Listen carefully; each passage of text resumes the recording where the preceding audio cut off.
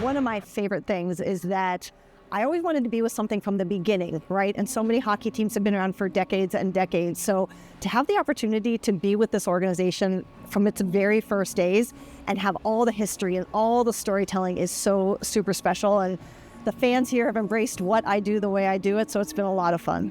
What you do the way you do it is a unique thing in and of itself. Obviously, you're extremely interested in the stats behind things. Can you kind of describe the way in which you identify all the stats? Yeah, I like to call it data-driven storytelling. So it's looking at the data to measure that against what our eyes see, right? Because sometimes our eyes see something that isn't actually true. So it's kind of bringing in the data versus the eye test, saying what checks out, what doesn't check out. And then most importantly, not just throwing a bunch of numbers at people, that's not exciting. We didn't come here to be in school.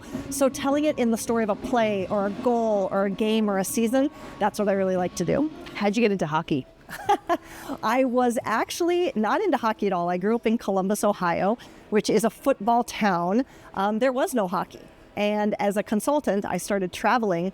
So I went down to Tampa. I was living in DC, and I started following more and more hockey. And those funny skates that my dad had from his high school days finally made some more sense. Those are the plays that make the plays that turn into goals. This is actually my first full-time job in hockey. So I've kind of had to scrape and claw, but every step has been very monumental, and I've been appreciative, and I can't thank the people who've helped me enough. When I was a little girl, no matter what sport I went to, I would only see girls or women if they were the entertainment or if they were working, at a ticket stand or doing concessions. And now we want women to see that if they want to do something, there is space and they will be supported and they will be protected. Do you think that hockey is for everyone?